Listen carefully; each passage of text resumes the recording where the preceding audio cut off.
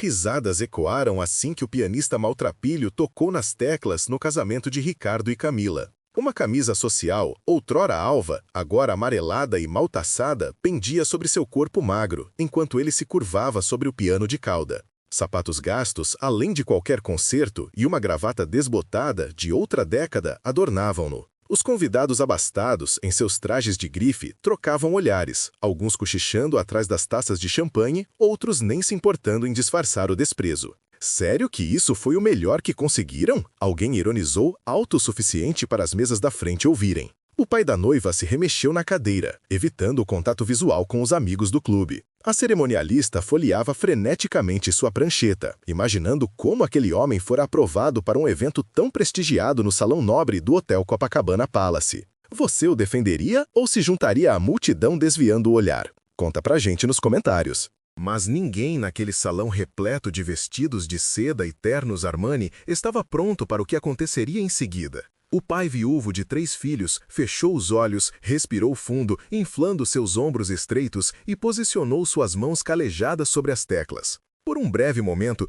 tudo ficou em silêncio, como se o universo prendesse a respiração. Então, seus dedos começaram a se mover. As primeiras notas flutuaram pelo salão como sussurros de outro mundo. Sumira o homem desajeitado que ocupava o assento momentos antes. Em seu lugar, um maestro cujos dedos dançavam sobre o marfim com a leveza e a precisão de alguém que dedicara a vida àquele instrumento. A melodia que emergiu não era o repertório nupcial padrão que todos esperavam. Era algo assombrosamente belo, algo original. E se histórias de pais que não desistem te emocionam, se inscreva agora. Mais histórias inspiradoras toda semana. Os convidados que caçoavam emudeceram, suas taças de champanhe paralisadas a meio caminho da boca. A noiva, que aguardava ansiosamente sua entrada, sentiu lágrimas brotarem em seus olhos, embora não soubesse por quê. Havia algo na música que alcançava, além das decorações suntuosas e flores caras, algo bruto e real na atmosfera.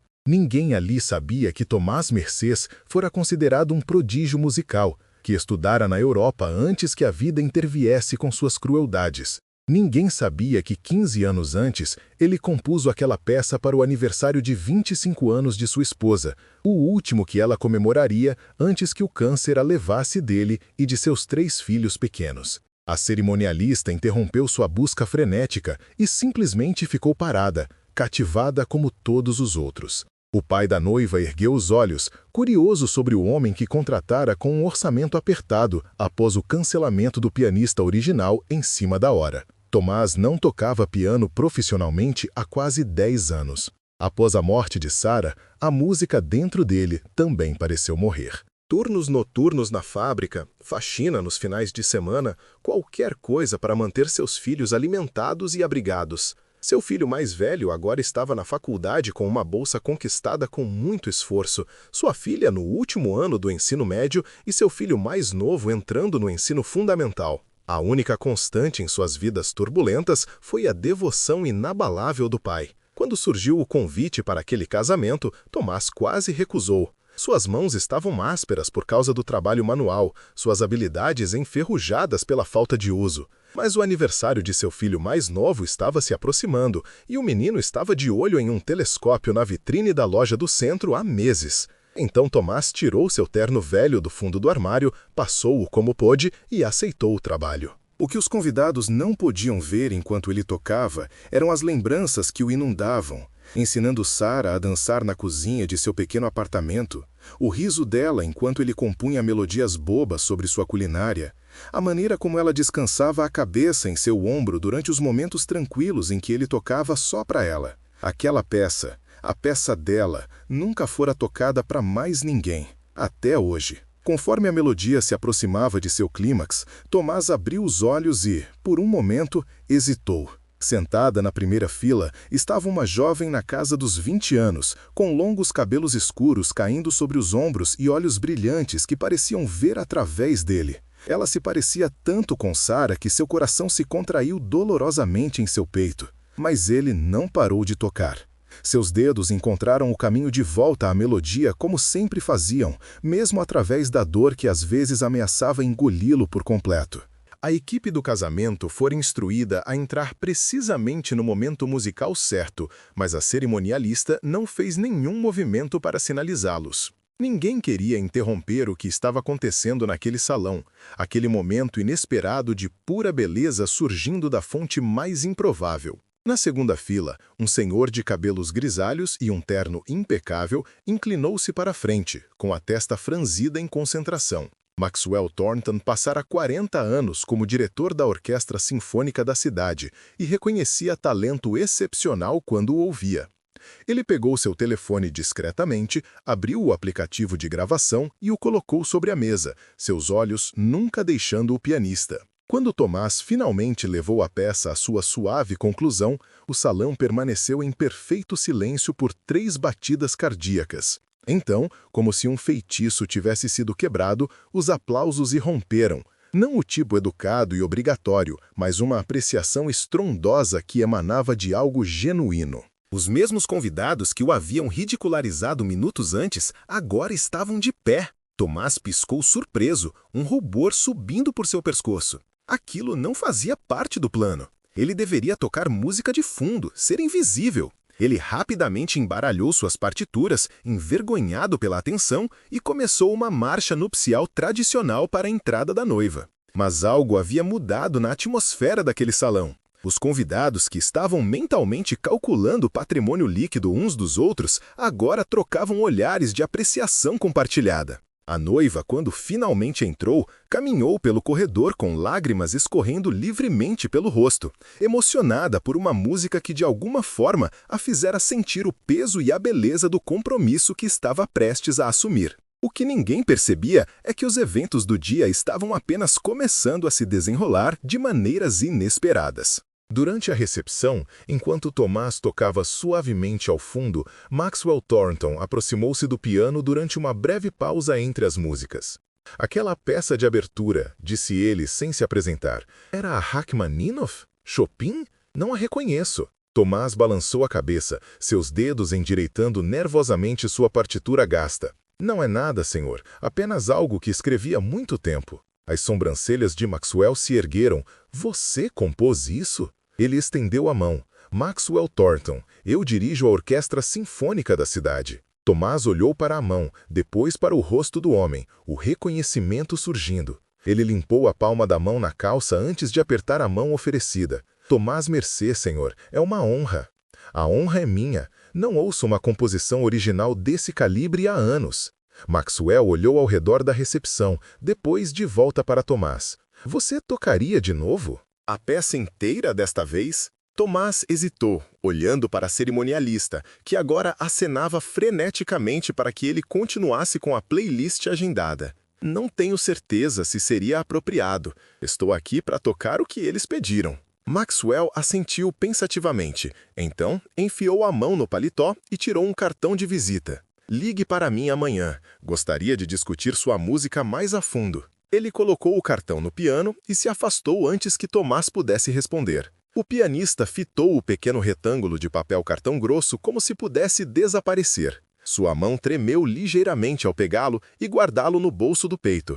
A filha da noiva observou essa troca com olhos curiosos. Lívia, de 16 anos, foi arrastada para aquele casamento contra sua vontade, forçada a usar um vestido desconfortável e instruída a, pelo menos, fingir estar feliz por sua nova irmã postiça. Ela estava emburrada no canto, jogando no celular. Quando a música começou, algo naquilo a fizera olhar para cima, alcançando a casca dura de cinismo adolescente que ela construíra cuidadosamente. Quando o jantar foi servido, Tomás foi direcionado para uma pequena mesa no canto de trás, separada dos convidados. Enquanto comia, ele sentiu uma presença ao seu lado e ergueu os olhos para ver Lívia parada ali, ainda segurando seu celular. Aquela música que você tocou no começo, disse ela sem preâmbulos. Você realmente escreveu? Tomás assentiu, surpreso com a pergunta direta. Você pode me ensinar a tocar assim? Sua voz continha um desafio, como se o estivesse desafiando a ignorá-la. Leva anos de prática, ele começou. Eu tenho tempo, ela interrompeu. E eu preciso. Ela parou, desviando o olhar. Precisa do quê? Tomás perguntou gentilmente. De algo que seja meu, algo real. Ela olhou de volta para sua mesa, onde sua mãe estava rindo com seu novo marido. Está tudo mudando, e eu odeio tudo isso. Tomás reconheceu a dor em seus olhos, a mesma que vira nos rostos de seus próprios filhos enquanto navegavam pela vida sem a mãe. Antes que pudesse responder, a mãe de Lívia a chamou de volta à mesa e a garota foi embora com um último olhar persistente. Conforme a noite avançava, Tomás continuou tocando as músicas solicitadas, mas sua mente estava em outro lugar, no cartão de visita em seu bolso, em seus filhos esperando em casa, em Sara e na peça que tocara para ela. Ele não percebeu o pai da noiva se aproximando até que o homem pigarreou. «Senhor Mercês», disse Ricardo Campos, sua voz carregando o leve arrastar do champanhe, «eu lhe devo um pedido de desculpas». Tomás ergueu os olhos, confuso. «Eu o contratei porque você estava disponível de última hora e dentro do orçamento», Ricardo admitiu. «Quando você entrou, eu estava...» Ele fez uma pausa, envergonhado. «Eu estava preocupado com as aparências». Mas o que você tocou, minha filha, diz que foi o momento mais bonito do casamento dela. Tomás não sabia como responder àquela honestidade inesperada. Ela me pediu para lhe dar isto. Ricardo lhe entregou um envelope, um bônus e os agradecimentos dela. Depois que Ricardo se afastou, Tomás abriu cuidadosamente o envelope e quase engasgou com o cheque dentro. Era mais do que ele ganharia em 2 meses na fábrica. Com aquilo, ele poderia comprar o telescópio de Jason, pagar a conta de luz e talvez até guardar algo para as inscrições de Emma na faculdade no próximo ano. Conforme a recepção diminuía e os convidados começavam a partir, Tomás sentiu uma estranha mistura de emoções.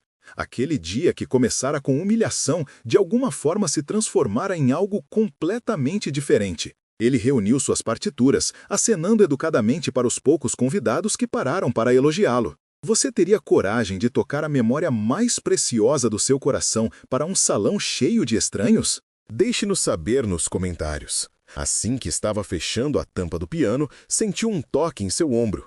Ele se virou para encontrar a própria noiva parada ali, ainda radiante em seu vestido apesar do longo dia. «Senhor Mercês», disse ela suavemente, «meu pai me contou sobre sua situação, sobre seus filhos». Tomás enrijeceu, o orgulho crescendo em seu peito. Ele não queria pena, principalmente não hoje. «Eu ensino música na Academia Vila Lobos», ela continuou, aparentemente alheia ao seu desconforto.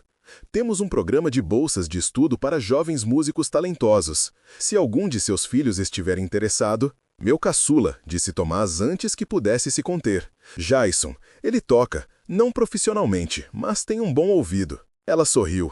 «Traga-o à escola na segunda-feira. Vamos marcar uma audição». Enquanto Tomás dirigia para casa naquela noite em seu carro velho que protestava a cada quilômetro, sua mente girava com possibilidades que não existiam naquela manhã. O cartão de visita de Maxwell Thornton parecia queimar em seu bolso. O cheque do pai da noiva estava guardado em segurança em sua carteira. E pela primeira vez em anos, ele sentiu uma coceira em seus dedos para sentar-se a um piano e compor. Ele não escrevia uma nova peça desde a morte de Sara. A música morrera com ela, ou assim ele pensava. Mas hoje, tocando a música dela naquele belo salão, algo despertara dentro dele.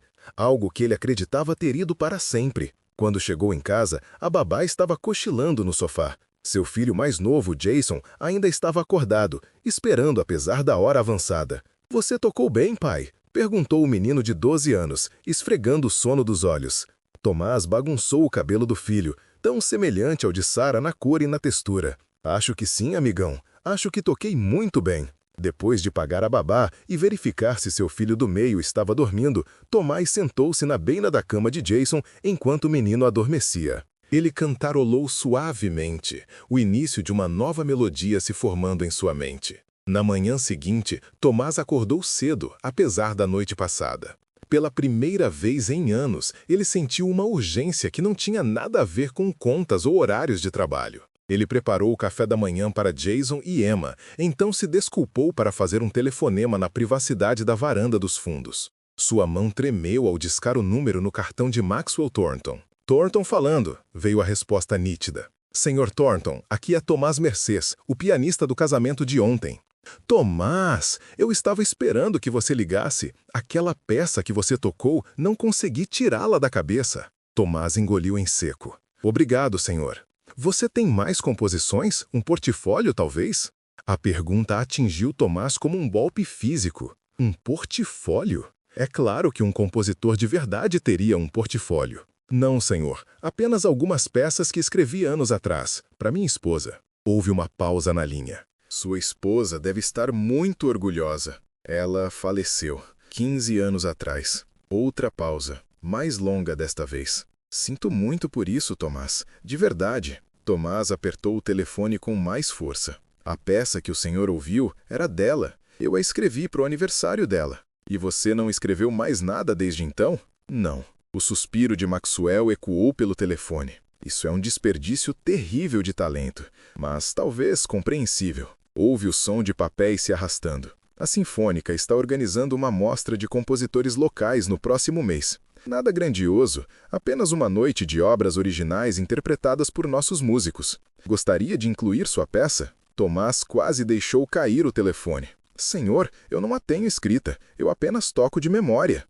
Então escreva, disse Maxwell simplesmente, como se estivesse sugerindo que Tomás amarrasse seus sapatos. E já que está nisso, considere escrever algo novo. A mostra aceita obras de até 10 minutos de duração. Sua escolha de arranjo. Antes que Tomás pudesse formular uma resposta, Emma apareceu na porta da varanda. Pai, tem alguém aqui para te ver. Valeu demais! No terreiro da vida, cada história tem seu compasso. Confuso, Tomás se despediu rapidinho de Maxwell e foi até a porta da frente. Lá estava Lillian, a adolescente do casório, balançando de um pé para o outro, toda sem jeito, em cima do capacho surrado. Como você achou meu endereço? Perguntou Tomás boquiaberto. A irmã postiça da noiva, ela tinha nos arquivos dela. Lillian apertava as alças da mochila. Você falou que leva anos para tocar desse jeito. Achei melhor começar logo. Tomás piscou, surpreso. Eu não dou aulas. Eu pago, interrompeu ela, tirando um bolinho de dinheiro do bolso.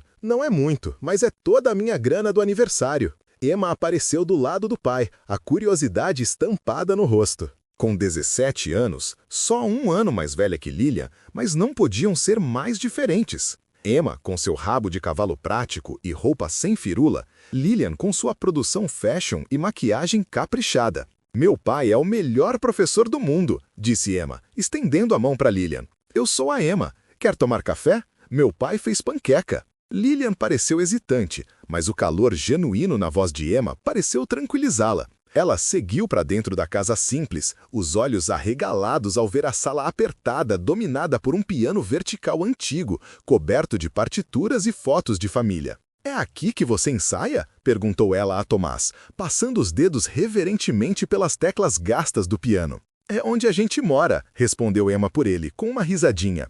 O piano era da mãe. Meu pai ensinou todo mundo a tocar. Quando Jason saiu do quarto, curioso para saber quem era a visita, Tomás observou seus filhos interagirem com aquela estranha que tinha aparecido na porta de casa. Rolava uma naturalidade na conversa que o surpreendeu, talvez porque Emma e Jason tivessem aprendido há muito tempo a não julgar os outros pela aparência ou posses.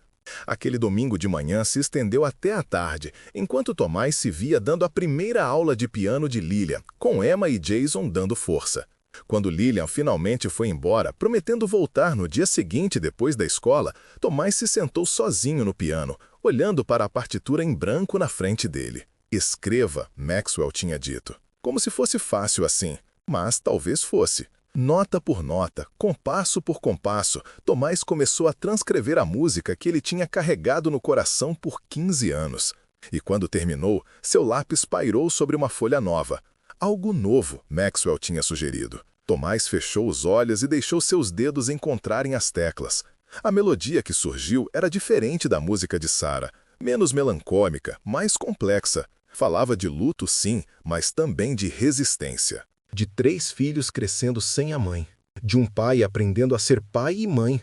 De lutas e pequenas vitórias. E um amor que continuava mesmo depois da morte. Quando ele abriu os olhos, Emma estava parada na porta, lágrimas escorrendo pelo rosto. Essa é a gente, sussurrou ela. Você está escrevendo sobre a gente. Tomás assentiu, sem conseguir falar por causa do nó na garganta. A mãe ia amar, disse Emma, atravessando a sala para sentar do lado dele no banco. Ela apoiou a cabeça no ombro dele, como Sarah fazia. Continua, pai.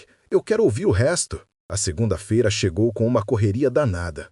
Tomás ligou no serviço, se dizendo doente pela primeira vez em anos, usando o dinheiro do casamento para justificar o dia perdido. Ele levou Jason para a academia West Ridge, onde o talento natural do garoto impressionou os instrutores, apesar da falta de estudo formal. De tarde, Jason já tinha sido aceito no programa de bolsas, que incluía não só aulas de música, mas também apoio acadêmico. Os dias seguintes ganharam um ritmo novo. Tomás continuava trabalhando na fábrica, mas suas noites agora eram cheias de música, dando aula para Lillian, ajudando Jason a se preparar para o programa novo e compondo sua música nova para o festival. Emma ficava quietinha fazendo a lição enquanto eles ensaiavam, dando uns toques ou incentivando de vez em quando. 2 semanas depois do casamento, Tomás recebeu outra visita inesperada. Maxwell Thornton chegou sem avisar, o carrão de luxo dele destoando na rua humilde. "Espero não estar incomodando", disse o senhor, enquanto Tomás o convidava para entrar na sala.